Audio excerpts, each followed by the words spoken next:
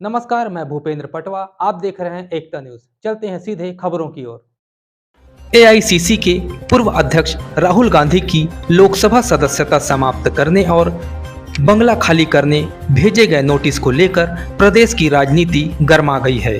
इस मामले को लेकर अभनपुर के विधायक धनेंद्र साहू ने धमतरी में प्रेस वार्ता ली। उन्होंने कहा कि भाजपा के राज में लोकतंत्र को दबाया जा रहा, लगातार गांधी परिवार को टारगेट किया जा रहा है। देश में एक अलग माहौल बनाने का प्रयास जारी है। इसका कांग्रेस पुरजोर विरोध करती है। राहुल गांधी ने अडानी की सेल कंपनी में 20,000 करोड़ रुपए निवेश की जानकारी चाहिए। इस पर भाजपा ने साजिश रचकर संसद से ही निकलवा दिया। उन्हें सदन में अपनी बात रखने का मौका भी नहीं दिया गया। धनेंद्र साहू ने कहा कि संसद में भले ही राहुल गांधी की आवाज दबा दी गई, लेकिन जनता के बीच हम भाजपा की कथनी और करनी को बताएंगे। पत्रकार वार्ता में आप सभी का बहुत बहुत स्वागत है, अभिनंदन है। आज मुझे प्रदेश कांग्रेस कमेटी के द्वारा हमारे धमतरी में पत्रकार वार्ता लेकर आज हमारे देश में जो ज्वलंत मुद्दा है उस विषय पर पत्रकार वार्ता लेने हेतु निर्देशित किया गया था और आज उसी परिप्रेक्ष्य में आप सब लोगों के बीच में हूँ। आप सबको विदित ही है कि आज यह जो हमारा देश, भारत देश, जो सबसे बड़ा लोकतांत्रिक देश है, सबसे पुराना लोकतांत्रिक देश है, और आज इस देश में जो हालात आज पैदा हुए हैं, आज आम आदमी की आवाज को उठाना, देश में सत्ता पक्ष के द्वारा किए जा रहे भ्रष्टाचार और भ्रष्टाचारियों को संरक्षण देना, उसके लिए आवाज उठाना भी आज अपराध बन गया है। हमारे 4 बार के सांसद रहे और हमारे पार्टी के राष्ट्रीय अध्यक्ष रहे हमारे आदरणीय श्री राहुल गांधी जी को भी आज सदन में बोलने नहीं दिया जा रहा, उनको बाधित कर रहे हैं।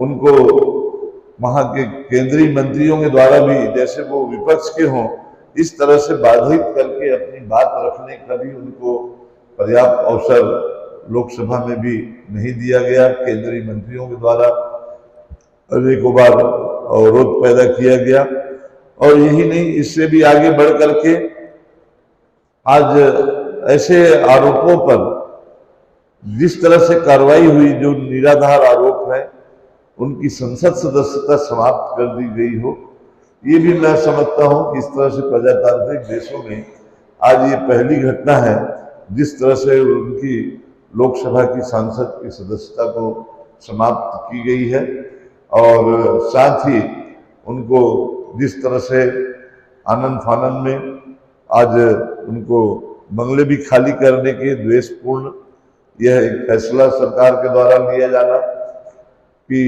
उसको 30 दिन के भीतर बंगले खाली करना, ये इस तरह से जितने भी ये घटना हुई है, और यदि उसको हम लोग देखें, यदि घटना को क्रमवार, तो ये जो 2 प्रमुख कारण हुए, एक तो आप सब लोग जानते हैं अच्छी तरह से इस बात को कि लगातार पिछले कुछ वर्षों से राहुल गांधी जी इस देश में आवाज उठा रहे हैं, लगातार प्रधानमंत्री के ऊपर आरोप जो लगा रहे हैं कि यह देश चंद उद्योगपतियों को ही और बड़े धनवान बनाने के लिए ही महत्व दे रही है।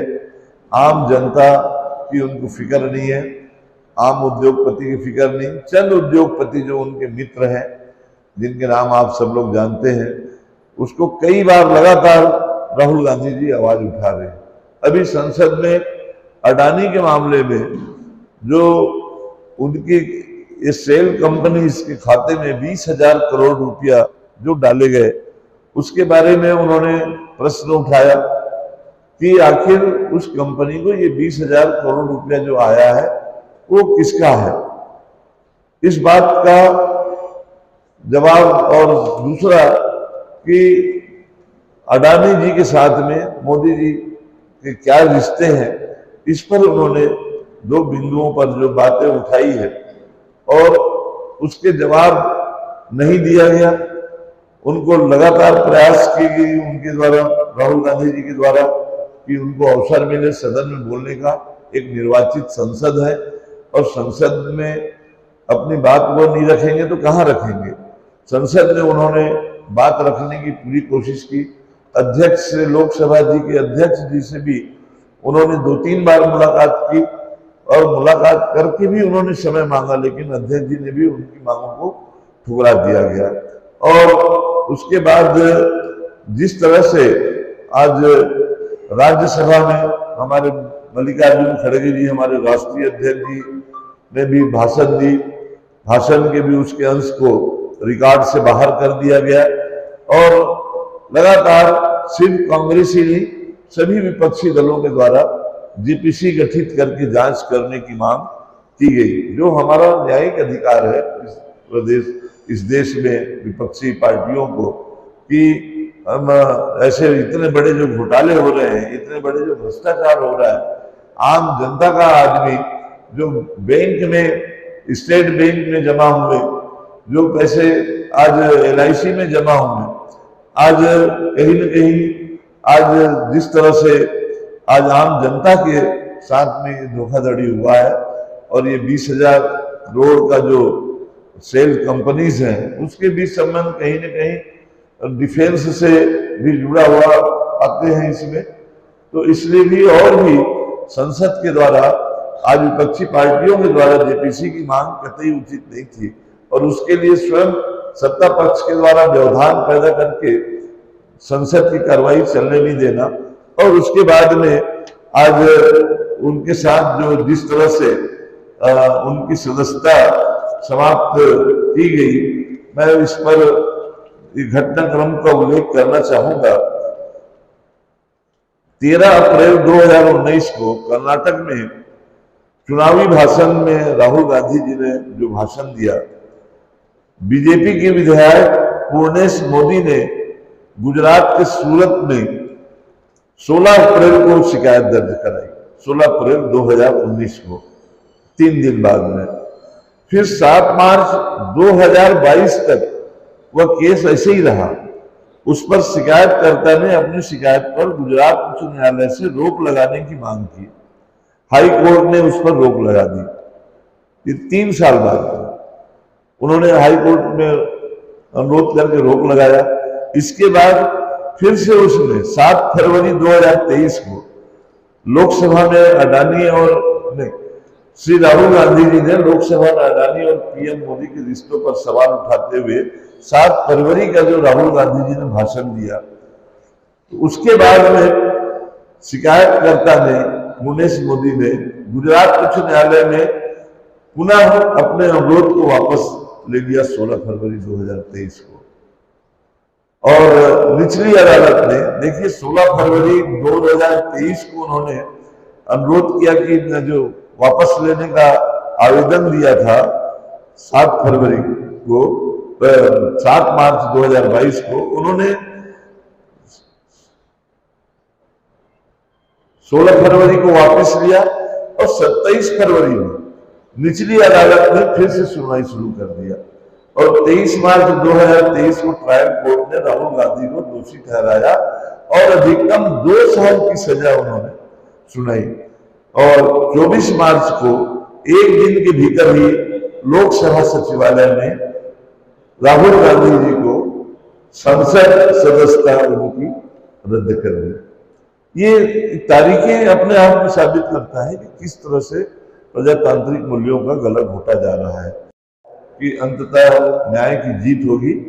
और इसी बीच में आज उनको ध्यान भटकाने के लिए, इन तमाम सारी घटनाओं के लिए, उनके लंदन में कुछ दिन पूर्व किए गए बयान के ऊपर उन्होंने आरोप लगाया है कि ये विदेशी शक्तियों का साथ दे रहे हैं, जबकि स्पष्ट रूप से राहुल गांधी जी ने वहां वक्तव्य दिया था कि यह भारत का अंदरूनी मामला है और स्वयं इसका हम हल निकालने में सक्षम है। इसी तरह से उन्होंने एक और झूठ का हवा मचा रखे हैं कि ये ओबीसी के ऊपर आक्रमण कर रहे हैं, ओबीसी के ऊपर आक्रमण करने का आरोप लगाया, जबकि उन्होंने ये भी एक तरह से पूरा बोगस है। वो स्वयं अभी भारत जोड़ो यात्रा निकाले 4000 किलोमीटर, और सारे भारत देश को, चाहे वो कोई भी समुदाय का हो, कोई भी जाति धर्म के हो, सभी को जोड़ने के उद्देश्य से उन्होंने भारत जोड़ो यात्रा निकाली। सभी के प्रति उनके हृदय में सद्भावना है। फिर इस तरह से किसी वर्ग का अपमान करने की उनकी नियत का तो प्रश्न ही नहीं होता।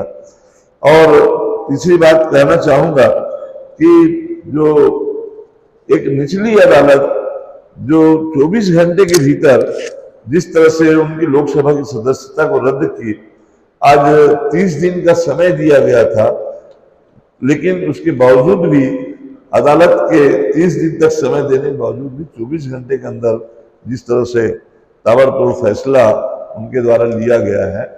आज भारतीय जनता पार्टी के अध्यक्ष के द्वारा भी ओबीसी समुदाय के अपमान होने का आरोप लगाया है, लेकिन मैं कहना चाहूंगा उनके जो वक्तव्य है, उनके वक्तव्य को यदि देखा जाए तो राहुल गांधी जी ने यही कहा था कि कुछ चोरों का एक ही उपनाम नीरव मोदी, ललित मोदी और नरेंद्र मोदी क्यों है।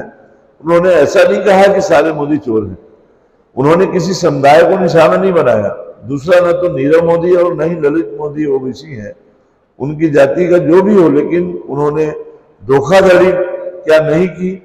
भाजपा धोखेबाजी और भगोड़ों को क्यों बचा रही है। ये तीसरा, कांग्रेस पार्टी में 2 ओबीसी हमारे मुख्यमंत्री हैं। इससे साबित होता है कि कांग्रेस इनके योगदान को पूरी तरह से मोहत देती है। तो आपराधिक मानहानि के लिए भी अधिकतम 2 साल की सजा, आपराधिक मानहानि के लिए, ये भी हिंदुस्तान में एक पहला प्रकरण है। मानहानि में इतनी बड़ी सजा, अधिकतम सजा कभी किसी को नहीं हुई है। भारतीय जनता पार्टी के नेताओं के खिलाफ आपराधिक मामले उदारता से निपटाए जाते हैं। एक उदाहरण है, उत्तर प्रदेश के बांदा में भाजपा सांसद RK सिंह पटेल को 1 नवंबर को ट्रेन रोकने और सार्वजनिक सड़कों को अवरुद्ध करने और पुलिस कर्मियों पर पथराव करने के लिए दोषी ठहराया गया था, लेकिन उन्हें केवल 1 साल की सजा दी गई। तो इस तरह से आज हमारे कांग्रेस के अन्य और बहुत बड़े बड़े नेता, महात्मा गांधी जी, जवाहरलाल नेहरू जी, सुभाष चंद्र बोस जी, सरदार पटेल जी, मौलाना आजाद जी को या तो राजद्रोह या जेल के मामले में अंग्रेजों ने सजा दी। अंततः कांग्रेस ने अंग्रेजों के खिलाफ ये जीत हासिल की है। और आज भी जिस तरह से यह सरकार, मोदी सरकार, घोटालोबाजों को आज संरक्षण प्रदान करते हुए आज हमारे कांग्रेस के नेता को जिस तरह से आज प्रताड़ित कर रहे हैं, निश्चित तौर पर यह लड़ाई हमारी कांग्रेस पार्टी लड़ाई लड़ेगी और इसमें हम सब जीतेंगे। और ये लगातार हम लोग सब ये आवाज उठाते रहेंगे। ये राहुल गांधी के ऊपर ही सिर्फ आक्रमण नहीं है, ये पूरा देश के प्रजातांत्रिक व्यवस्था के ऊपर आक्रमण है। किसी चोर, किसी घोटालेबाजों को संरक्षण देने के लिए आज जो निर्वाचित सांसद को आज अपराध के मामले में आज यदि उनको यह अधिकार नहीं कि वो आवाज उठा सके, आम आदमी की आवाज उठा सके, घोटालेबाजों के खिलाफ आवाज उठा सके, और उनके बदले में जिस तरह से ये कार्रवाइयां की जा रही हैं उसका हम लोग घोर निंदा करते हैं। और हमारी कांग्रेस पार्टी इसकी लड़ाई को निरंतर हम लोग लड़ेंगे। प्रजातांत्रिक मूल्यों की स्थापना के लिए सदैव कांग्रेस ने संघर्ष किया है और अभी भी वही परिस्थितियां उत्पन्न हुई हैं, और इस पर लड़ाई में कभी भी हमारी कांग्रेस पीछे नहीं रहेगी और ये निरंतर हमारी ये लड़ाई जारी रहेगी। आज बस इतना ही। अगले बुलेटिन में फिर मिलेंगे, तब तक के लिए नमस्कार।